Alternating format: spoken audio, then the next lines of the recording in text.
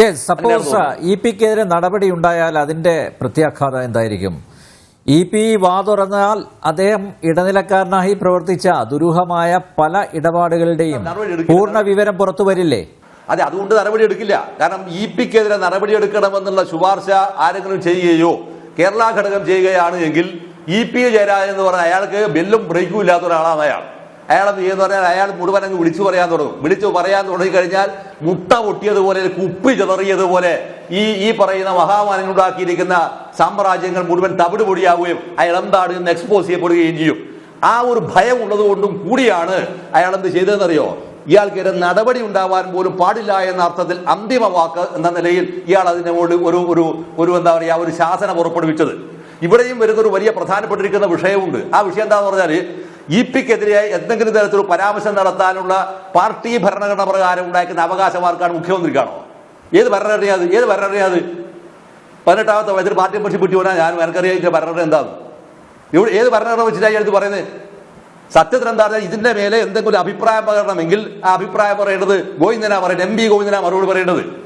ഗോവിന്ദൻ അതിന് അത്തരത്തിന്റെ മുകളിൽ ഒരു അഭിപ്രായ പ്രകടനം നടത്താതിരിക്കവേ അതിന് മുന്നോടിയായി ഇയാൾ ഈ അഭിപ്രായ പ്രകടനം നടത്താനുള്ള കാരണം ഒറ്റൊന്ന് മാത്രമാണ്, ഗോവിന്ദന് ഇത് പ്രൊട്ടക്ട് ചെയ്യാൻ പറ്റിയില്ലെങ്കിലോ എന്ന സംശയത്തിന്റെ മേലെയാണ് ഈ പറയുന്ന മിസ്റ്റർ വിജയനെ കൊടുക്കാറ്റ് ആദ്യത്തെ സ്റ്റേറ്റ്മെന്റും കൊടുത്തിട്ട് അതിനനുബന്ധമായി MP ഗോവിന്ദൻ പറഞ്ഞ സംഭവമാണ്. അതൊക്കെ മുഖ്യമന്ത്രി പറഞ്ഞിട്ടുണ്ട്, എല്ലാം അതിൽ ഉൾച്ചേർന്നിട്ടുണ്ട് എന്നാണ്. പത്രക്കാർ പിന്നെ ആ രീതിയിലാണ് എല്ലാം അത് മൂപ്പറ വർത്താനം എപ്പോഴും അങ്ങനെയാണ്. വലിയ എല്ലാം എന്താ പറയുക, ഓരോ സെന്റൻസ് ഒരു വരിക്കകത്ത് എംബഡീഡാണ് എന്ന് നമ്മൾ കണ്ടെത്തി പത്രക്കാർ കണ്ടെത്തി വിശദീകരിക്കലാണ്. അങ്ങനെ വരുമ്പോൾ ഇയാളൊരു വലിയ ഭാഷാ വിദഗ്ധനും അല്ലാണെന്നുള്ള ഒരു പൊട്ടൻ വ്യാഖ്യാനം അതിന്റെ കൂടെ കൂട്ടിച്ചേർക്കുകയാണ് ചെയ്യുക. സത്യത്തിൽ ഇത് പാർട്ടി ഭരണഘടനാ വിരുദ്ധമായ പ്രസ്താവനയാണ് മിസ്റ്റർ വിജയൻ നടത്തിയത്. അത് നടത്തേണ്ടതിന്റെ രാഷ്ട്രീയവും സംഘടനാപരവുമായിരിക്കുന്ന ഉത്തരവാദിത്വം ഗോവിന്ദനാണ്. ഗോവിന്ദന്റെ അക്ഷരം ഉരിയാടിയിട്ടില്ല. ഈ ഉരിയാടാത്തത് കൊണ്ട് തന്നെ ഗോവിന്ദനെ അതിന്റെ കൂടെ ഒന്നും ചെയ്യാനും പോകുന്നില്ല. ഈ വിജയൻ അതിന്റെ മുകളിൽ നടപടി വേണ്ട എന്നുള്ള രീതിയിൽ ധ്വനിപ്പിച്ചത് കൊണ്ട് തന്നെ നടപടി എടുക്കാനും പോകുന്നില്ല. നടപടിക്ക് അങ്ങനെ ശുപാർശ ചെയ്യുന്ന ഒരു ചിത്രം ഉണ്ടാവുകയാണെങ്കിൽ അത് പിന്നെ ഒരു വെറുതെ നമ്മൾ വാദത്തിന് വേണ്ടി പറയുന്നതാണ്. ഉണ്ടാവുകയാണെങ്കിൽ പിന്നെ ജയരാജൻ വായിച്ചു എന്ന് വിളിച്ചു പറഞ്ഞാൽ ഇയാൾ എന്താണ് എന്ന് കൃത്യമായി പബ്ലിക്കിന്റെ മുമ്പിൽ റിവീൽ ചെയ്യപ്പെടും. അത് മാത്രമല്ല, അഴിമതിയുടെ നാറുന്ന കഥകൾ തന്റെ കുടുംബം സമ്പാദിച്ചു കൂട്ടിയിരിക്കുന്ന ശതകോടികളുടെ കഥകൾ, ആ കഥകൾ മുഴുവൻ തന്നെ അയാൾ വിളിച്ചു പറഞ്ഞ ഒരു മണ്ണാങ്കട്ടയും ഈ മിസ്റ്റർ വിജയൻ ഈ പറയുന്ന ഇ പി ജയരാജനെതിരെ ഒരു ചെറുവിലനക്കാൻ പോലും അയാൾക്ക് ധൈര്യം ഉണ്ടാവില്ല. ഞാൻ വെറുതെ പറയുന്നില്ല, ധൈര്യം ഉണ്ടാവില്ല. അത്ര നിസ്സഹായനാണ് ഇപ്പൊ അയാള്. അതുകൊണ്ട് തന്നെ ആ അർത്ഥത്തിൽ ഇ പി വളരെ ശക്തനുമാണ്. ഈ ശക്തിയുടെ പിൻബലത്തിലും കൂടിയാണ് അയാൾ എന്ത് ചെയ്തിട്ടുണ്ടാവുക? അയാൾ ജാവ്ദേക്കറുമായി സംസാരിച്ചിട്ടുണ്ടാവുക. ഇനി വേറൊരു ചോദ്യമില്ലേ, ഏത് ഘടകത്തിന്റെ തീരുമാനപ്രകാരമാണ് ജാവ്ദേക്കറുമായി ഇ പി ജയരാജൻ സംസാരിക്കാൻ പോയത്? ഏത് ഘടകത്തിന്റെ നിശ്ചയപ്രകാരമാണത്? എന്താണ് നിങ്ങൾ സംസാരിക്കാൻ പോയത്? ഏത് രാഷ്ട്രീയ നിലപാടിനെ സാധൂകരിക്കാനാണ് സംസാരിക്കാൻ പോയത്?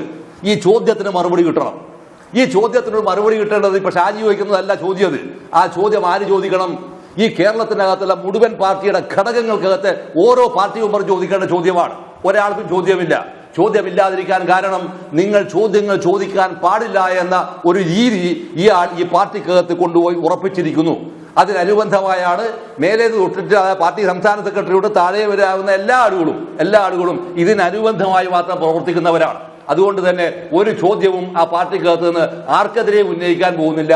സ്വയം എന്താവും ഈ രീതിയിലുള്ള ഏർപ്പാട് നടത്തിയിട്ട് തിരിഞ്ഞു പോവുക എന്നതാണ്. പക്ഷേ ഇതിൽ ഏറ്റവും സങ്കടകരമായിരിക്കുന്ന ഒരു കാര്യം, ഒരു ഭാഗത്ത് പരിവാറിൻ്റെതായിരിക്കുന്ന ഒരുപാട് ആളുകൾ കൊല്ലപ്പെട്ടിട്ടുണ്ട് കണ്ണൂർ ജില്ലയുടെ വിവിധ ഭാഗങ്ങളിൽ, പ്രത്യേകിച്ച് മലബാർ മേഖലയിൽ. മറുഭാഗത്ത് CPIM-ൻ്റെതായിരിക്കുന്ന ഒരുപാട് ആളുകൾ ഇതേപോലെ കൊല്ലപ്പെട്ടിട്ടുണ്ട്. ആ കൊല്ലപ്പെട്ടു പോയിരിക്കുന്ന ആത്മാക്കളുടെ കീറിപ്പറഞ്ഞ കരച്ചിലുണ്ടാവും ഈ കേരളീയ പൊതുസമൂഹത്തിനകത്ത്. അതെങ്കിലും ഒന്ന് ഓർക്കേണ്ടിയിരുന്നില്ലേ?